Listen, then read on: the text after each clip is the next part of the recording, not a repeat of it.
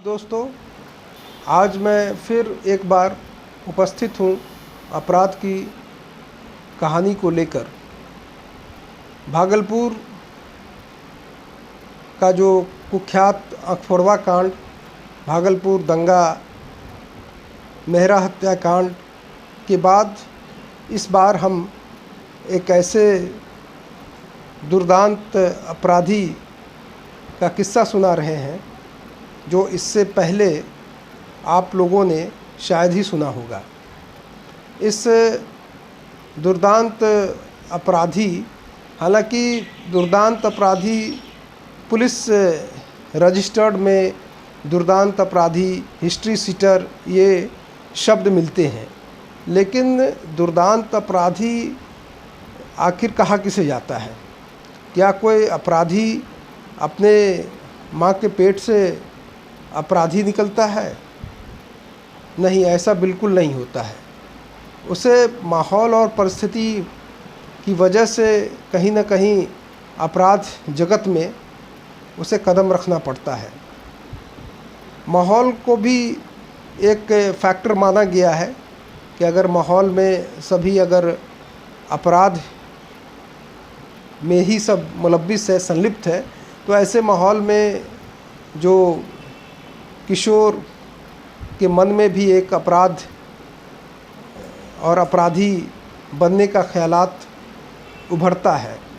लेकिन परिस्थिति और हालात ये एक ऐसी चीज़ है जो आदमी को, सीधे साधे सरल स्वभाव वाले व्यक्ति को भी कुछ इस तरह का एक परिस्थिति सामने आन पड़ता है कि नहीं चाह के भी उसे अपराध के रास्ते पर चलना पड़ता है।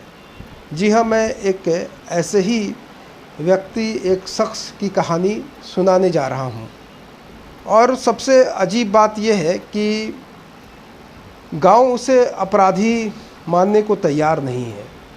पुलिस के रजिस्टर्ड में वो हिस्ट्री सीटर है, दुर्दांत अपराधी है। 14-16 हत्याओं का 302 का मामला उस पर है। लेकिन जब मैं उस गांव में गया तो उस गांव के लोगों ने उसे अपराधी मानने से इनकार कर दिया और कहा कि कुछ मजबूरी होती है कि अगर आप अपने डिफेंस में, अपने रक्षा में अगर नहीं करते हैं तो फिर आपके सर्वाइवल पर, आपके अस्तित्व पर ही खतरा उपस्थित हो सकता है।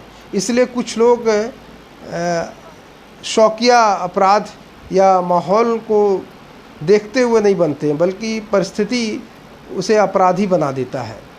जी हाँ, मैं भागलपुर के बिहपुर प्रखंड के NH 31 के किनारे एक गांव है जो असम हाईवे रोड पर अवस्थित है। बिल्कुल NH 31 से आप सीधे उतरेंगे तो उस गांव तक आपके कदम खुद ब खुद चले जाएंगे। ये गांव भागलपुर मुख्यालय से तकरीबन 30 से 35 किलोमीटर की दूरी पर अवस्थित है। ये हरियो पंचायत है। हरियो पंचायत के हरियो गांव में एक वक्त ऐसा था जब जातीय उन्माद या जातीय जो इस तरह का जो एक तरह का सनसनी, एक जात दूसरे जात को, जो बिहार में इस तरह की चीज़ें अक्सरों बेशतर देखने को मिलती है, स्वर्ण दलित, पिछड़ा, अत्यंत पिछड़ा, ये चीज़ यहाँ पर ख़ास करके देखने को मिला। ये जो हरियो गांव है वो पिछड़ों का गांव है। खेती किसानी पशुपालन पर इन लोगों की अर्थव्यवस्था है। 90% से ज़्यादा लोग खेती किसानी पर अपनी जीविकोपार्जन करते हैं। सरल स्वभाव के लोग, कहीं कोई उन लोगों का अपराध से दूर दूर तक का वास्ता नहीं। इसी बिहपुर में एक बगल का गांव है जयरामपुर। जयरामपुर स्वर्णों की आबादी है, अगड़ा बहुल गांव है ये। और ये हरियो जो है पिछड़ों की आबादी है, जिसमें मैंने बताया कि कुशवाहा जाति की अक्सरियत है, ज़्यादा संख्या है। तो तुतली सिंह पहलवान, बिल्कुल नौजवान, लहीम शहीम, कद काठी मजबूत ये शख्स, और दंगल में कई जगहों पर अपने कारनामे को बखूबी करतब दिखाया और कई पुरस्कार भी उसके नाम अपने नाम किया उसने। और गांव में भी ये एक पहलवानी और दंगल को लेकर एक क्रेज़ था। तो ये कह सकते हैं कि गांव में खेती किसानी करके लोग जो समय बचता था वो अपने दंगल में पहलवानी करके दांव पेच अपनाने में वक्त व्यतीत करते थे। खुशहाल गांव, कोई कमी नहीं थी। लेकिन जो बगल के गांव का जो मैंने ज़िक्र किया, वो अगड़ा स्वर्णों की आबादी, तो इन लोगों से अत्यंत पिछड़ी जाति के ये लोग हैं, हरियों के गांव के अधिकांश लोग।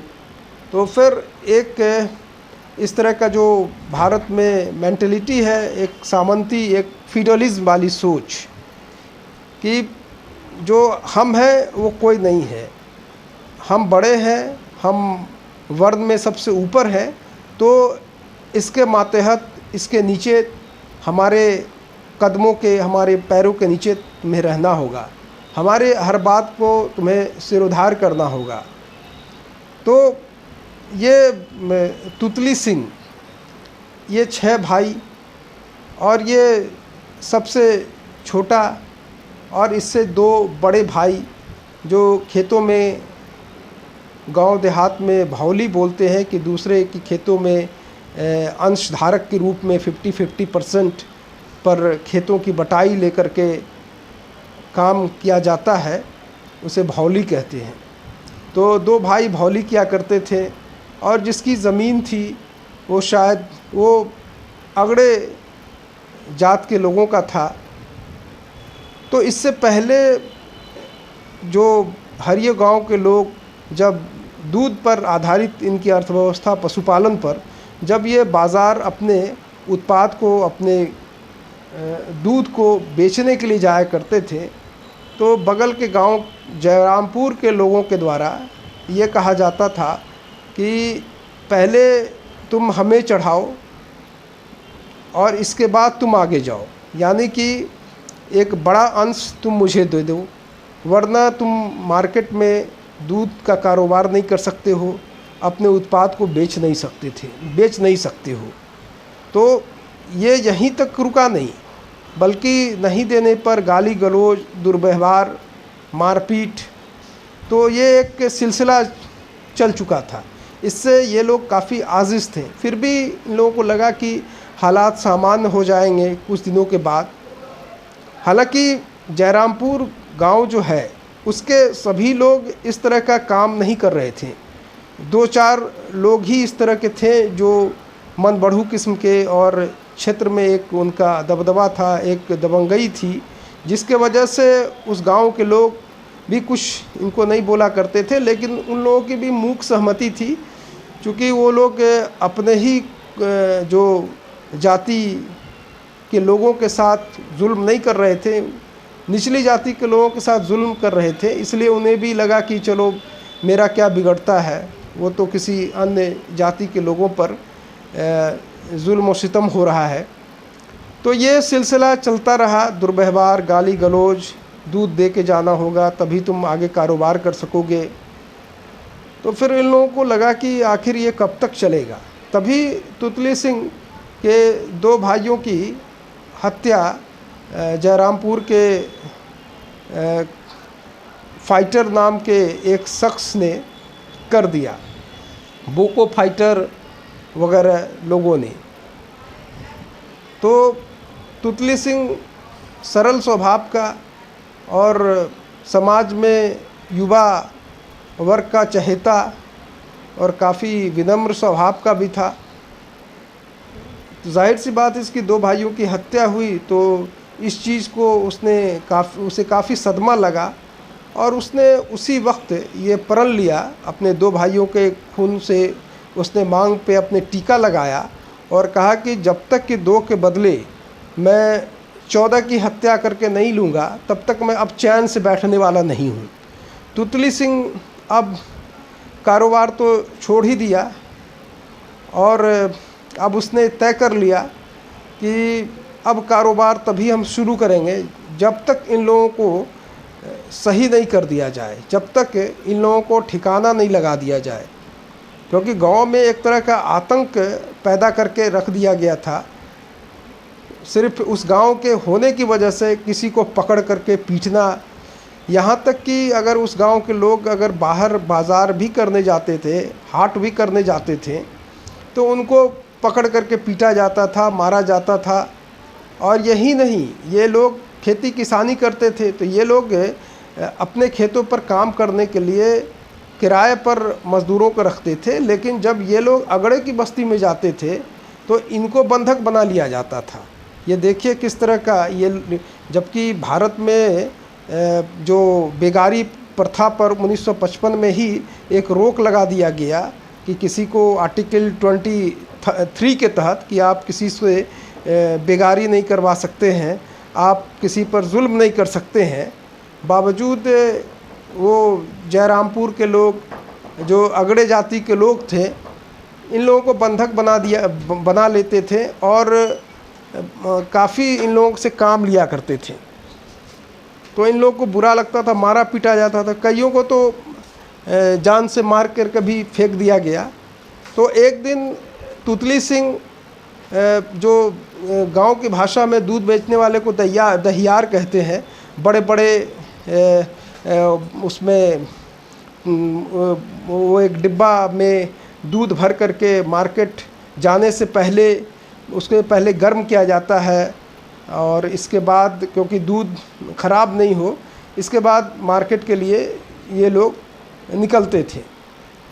और गांव में जब भी गांव से बाहर जाना पड़ता था गांव के लोगों को, तो ये आशंका रहता था कि आज हम तो जा रहे हैं बाज़ार, लौट के आ पाएंगे कि भी नहीं आ पाएंगे। ये जो मैं सुना रहा हूँ ये वर्ष 1990-91 की बात है और उस समय राजद का शासनकाल था, जो दलितों और पिछड़ों का दम भरने वाली सरकार।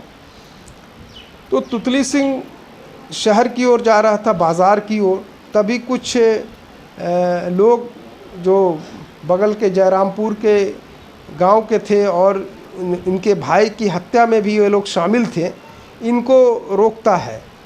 तो तुतली सिंह तो ये प्रण ले ही लिया था कि जब तक मैं 2 के बदले 14 को नहीं मिटा दूंगा तब तक मैं चैन से बैठने वाला नहीं हूँ। तो बगल में बड़े बड़े लकड़ी और वहाँ पर जो लकड़ी को काटने के लिए कुल्हाड़ी, तो वहाँ पर एक बगल में पड़ा हुआ था और तुतली सिंह न देखा आओ न ताओ और वो कुल्हाड़ी लेकर के एक पर एक वार करना शुरू कर दिया। और लगातार, क्योंकि वो लहीम शहीम पहलवान, लंबा चौड़ा शख्स, और लगातार वो कुल्हाड़ी का प्रहार उन 14 एक के बाद एक 14 लोगों को उसने वहीं पर गिरा दिया। कई बाद में अस्पताल जाने के क्रम में मरे, लेकिन कई तो मौके पर ही दम तोड़ दिया। तो कुल मिला के 14 की हत्या हुई। इससे भागलपुर और भागलपुर के बाहर पूरे बिहार में एक तरह से सनसनी पैदा हो गई। फिर पुलिस पर दबाव बना कि तुतली सिंह को जल्द से जल्द अरेस्ट करो, और पुलिस भी उस समय बिल्कुल लाचार तो नहीं कहा जा सकता है, मूक दर्शक अपराधियों के एक रहमो करम पर या सुरक्षा पर ही वो अपनी ड्यूटी बजाया करती थी। अगर किसी गांव में पुलिस पहुंचती भी थी तो बड़े कदम फूंक फूंक करके कि कहीं अपराधियों के ही हत्थे हम लोग चढ़ न जाए। तो पुलिस का काम जो आम लोगों को सुरक्षा और संरक्षा देने का होता है, उससे वो कोसों दूर अपराधियों के रहमो करम पर उन दिनों पुलिस अपना काम कर रही थी। और आप कह सकते हैं कि जब इतनी बड़ी घटना हुई, तुतली सिंह पर जुल्म और ज़्यादती यहाँ तक कि पूरे हरियो गांव के लोगों पर, बगल के जयरामपुर के जो भूमियार बहुल है, कुछ ही लोग जो वहाँ के दबंग थे के द्वारा जुल्म हो रहा था, जब अत्याचार किया जा रहा था, तो पुलिस कहाँ थी। ऐसी बात नहीं कि पुलिस को ये इन्फॉर्मेशन गांव के लोगों ने नहीं किया, लिखित नहीं दिया, लेकिन पुलिस सिर्फ तमाशबीन की किरदार निभा रही थी। पुलिस को शायद लग रहा था कि इससे कोई फ़ायदा नहीं है, ये आपस में इन लोगों का दो गुटों के बीच का है, दो जातों के बीच में है, इसलिए पुलिस भी चुपचाप से तमाशबीन बन करके वो सब कुछ देख सुन रही थी, कुछ कर नहीं रही थी।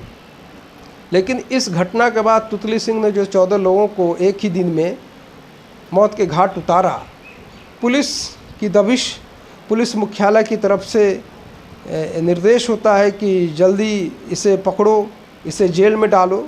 और इससे पहले भी तुतली सिंह 1 या 2 बार जेल जा चुका था, और साल 1.5 साल के बाद तो उसने ये प्रण लिया था कि अब हम जेल कभी नहीं जाएंगे, जेल जाने से बेहतर है कि हम मर जाएंगे लेकिन जेल नहीं जाएंगे।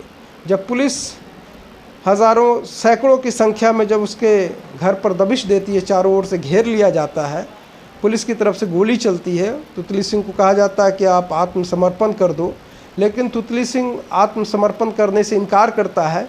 क्योंकि पहले जब वो जेल गया था, नौगछिया जेल में, तो उनका वहाँ पर जो एक अनुभव था वो बहुत ही बुरा था। क्योंकि वहाँ पर जेल में जिसके पास पैसा, जिसके पास धन, वो राज करता है, और जेल में वो सारी सुविधाएं मुहैया हो जाती है।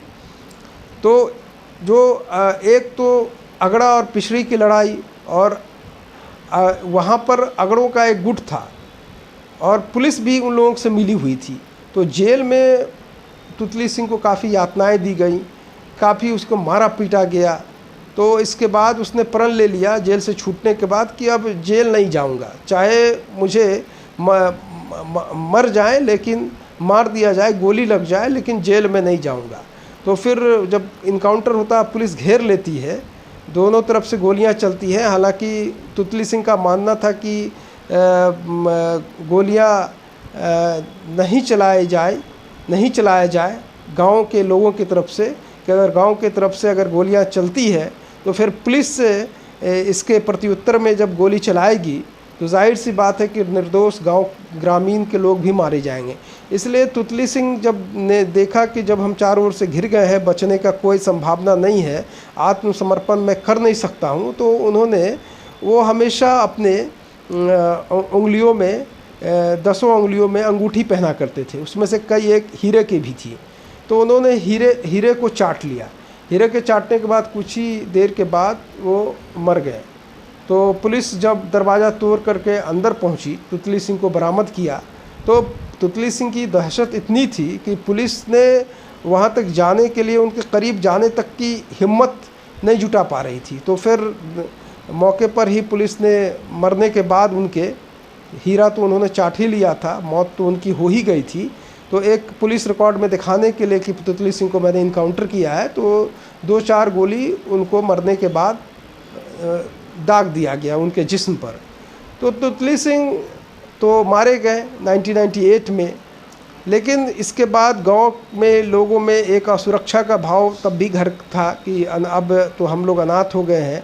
तुतली सिंह के रहने से, चूँकि एक जो जुल्म और ज़्यादती उन लोगों के साथ बगल के जयरामपुर के गांव के लोगों के द्वारा किया जा रहा था, कुछ भूमियारों के द्वारा, मैं पूरे गांव का नाम लेना सही नहीं है, लेकिन उसी गांव से जो बाहुबली थे, जो दबंग लोग थे, एक ख़ास जाति से आते थे, तो उन लोगों का जुल्म काफ़ी बढ़ा हुआ था। तो गांव वाले ने सोचा कि अब हम लोगों का क्या होगा। तो कई महीनों तक तो ये गांव वाले गांव से बाहर गए ही नहीं। इसके बाद धीरे धीरे माहौल शांत होता गया, सामान्य होता गया। और एक चीज़ जो मैं बताना चाहूँगा कि तुतली सिंह के मरने के बाद आप ये जान के हैरत में होंगे कि तुतली सिंह का एक आदमकद प्रतिमा, घोड़े पर सवार आदमकद की उनकी तस्वीर बाज़ाब्ता गांव के बीच में लगाई गई है। जब मैंने गांव वाले से पूछा कि ये तस्वीर, ये जो मुजस्समा है, जो प्रतिमा है, आखिर आप लोगों ने क्यों लगाया है। तुतली सिंह तो कोई, ठीक है, हम महिमा मंडन, अपराध है तो अपराध होता है, अपराधी तो अपराधी होते हैं, इसे जस्टिफाई करने की आवश्यकता नहीं है। ठीक है, उनका एक परिस्थिति और हालात ने उनको इस दलदल में धकेला, लेकिन पुलिस और कानूनी एतबार से तो वो अपराधी ही माने जाएंगे। लेकिन उनका तस्वीर देख करके, एक आदमकद और घोड़े पर सवार कंक्रीट का बना हुआ, तो हमने पूछा कि आखिर आप लोगों ने ये क्यों बनवाया है। तो उन्होंने कहा कि देखिए, ये ठीक है कि वो अपराधी थे, हालांकि हम लोग नहीं मानते हैं वो कभी भी इस नीयत से कोई अपराध नहीं किया कि धन लूटना है, किसी की संपत्ति को अपने कब्ज़े में करना है। उन्होंने एक जो जातीय जो द्वेष और जो रंग दे दिया गया था अगड़ों पिछड़ों का, उससे मुकाबला करने के लिए वो अपने डिफेंस में वो अपराध का रास्ता उन्होंने चुना था, और गांव को बचाने के लिए। तो इसलिए उनको सम्मान स्वरूप उनकी तस्वीर, उनका मुजस्समा, उनकी प्रतिमा यहाँ पर बनाया गया है। हालांकि उन लोगों ने इस बात को स्वीकार किया कि इससे कहीं ना कहीं जो नए जनरेशन वाले लोग हैं उनको एक संदेश जाएगा और उनका एक खून खौलेगा पुरानी चीज़ों को याद कर। तो उन लोगों ने दोनों तरह की बातें की। तो आज गांव शांत है और बिल्कुल सामान्य है। अब स्थिति ये है कि उस गांव में कई MBBS इंजीनियर्स और उस गांव से एक कमिश्नर भी निकले हैं, और गांव में अब भी खेती पशुपालन पर आधारित वो गांव है, लेकिन अब लोग पढ़ने लिखने पर ज़्यादा ध्यान दे रहे हैं और अब उस तरह की बातें नहीं है, बिल्कुल गांव सामान्य हो चला है।